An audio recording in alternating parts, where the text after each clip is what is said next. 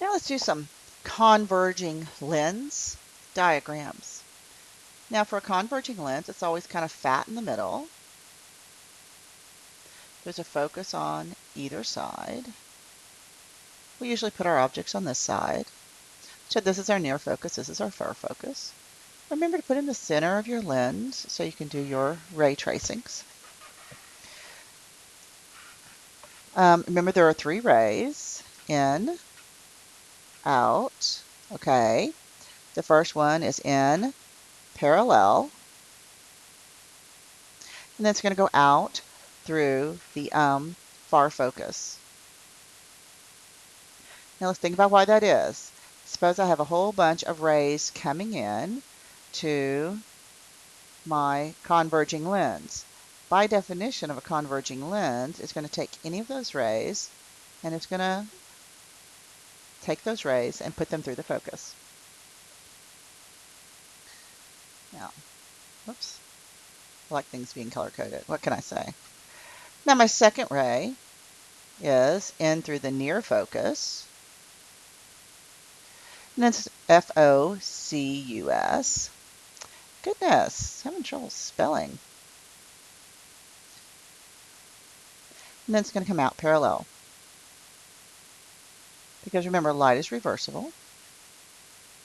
And the last ray is the easiest ray. It is straight through the center of the lens. It is just completely straight through the center. There's no bouncing or anything. It just goes straight. Let's do a couple. All right. Now, the first thing you do is you always put in the center of your lens. Remember, you're going to use a ruler. So the first ray is in parallel. Let's see, in parallel, and it's in parallel to the principal axis. Then it's going to come down through the focus, and you're going to actually hit the focus. The second one is in through the near focus, and take it to the center of the lens, and then we're going to pop it off parallel. And the center one. And the last one is completely through the center, so go from the top through the center of your lens, and keep going. Now you're going to do it, you're going to use a ruler. Now where these 3 rays intersect, you put a dot, arrow. All right.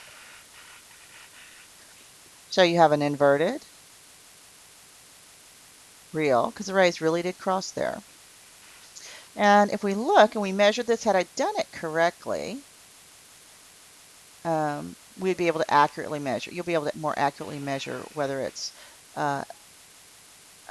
enlarged or reduced. Now we're sitting on the focus, on the center of curvature. So put your rays here. Okay. Now your first ray is in parallel. And it's going to come off through the focus.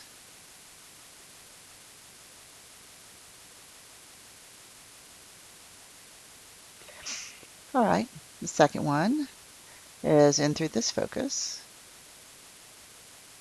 and then comes off parallel. And the last one's straight through the center.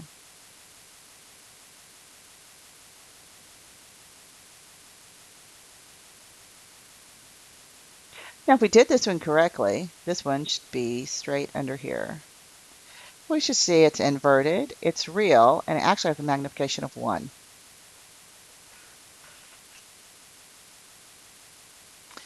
Now what if it's between these two?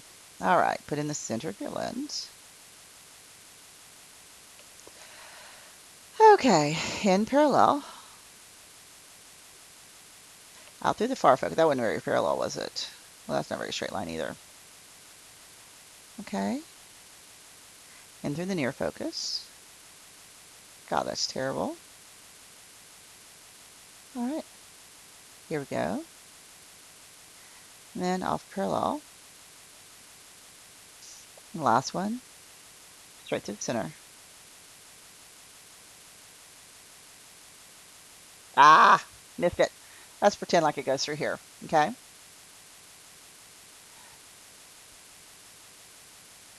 All right, we have an inverted real image. And this is hard to measure. So if we had done this correctly, when you get close to here, this magnification is 1. We're going to have trouble seeing whether they're enlarged or reduced. Now I like doing the one on the focus because the one on the focus is always cool. In parallel, I'm just having trouble with these, aren't I? In parallel, out through the focus. Now in through the focus, out parallel, we can't do that one. So let's do the straight through the center one. We're going to see these two are parallel. There is no image. Now we're inside the focus. All right. There we go. Now we're going to go in parallel. Oh, let me change my color here. I'm going to go in parallel. I'm going to go out through this focus. Now we're going to go in through the near focus. We're going to hit the tip. We're going to go on up. And then we're going to come off parallel. Sometimes you have to kind of extend this line a little bit. And then the last one is straight through the center. Now, folks, these three rays don't meet, so we need to extend them back. And it's always, oops, let me change colors there.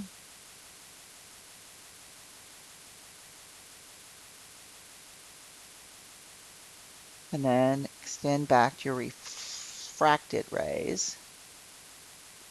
If you do a good job, and sometimes you do, sometimes you don't, with a ruler it's much easier. You should have an upright, enlarged virtual image.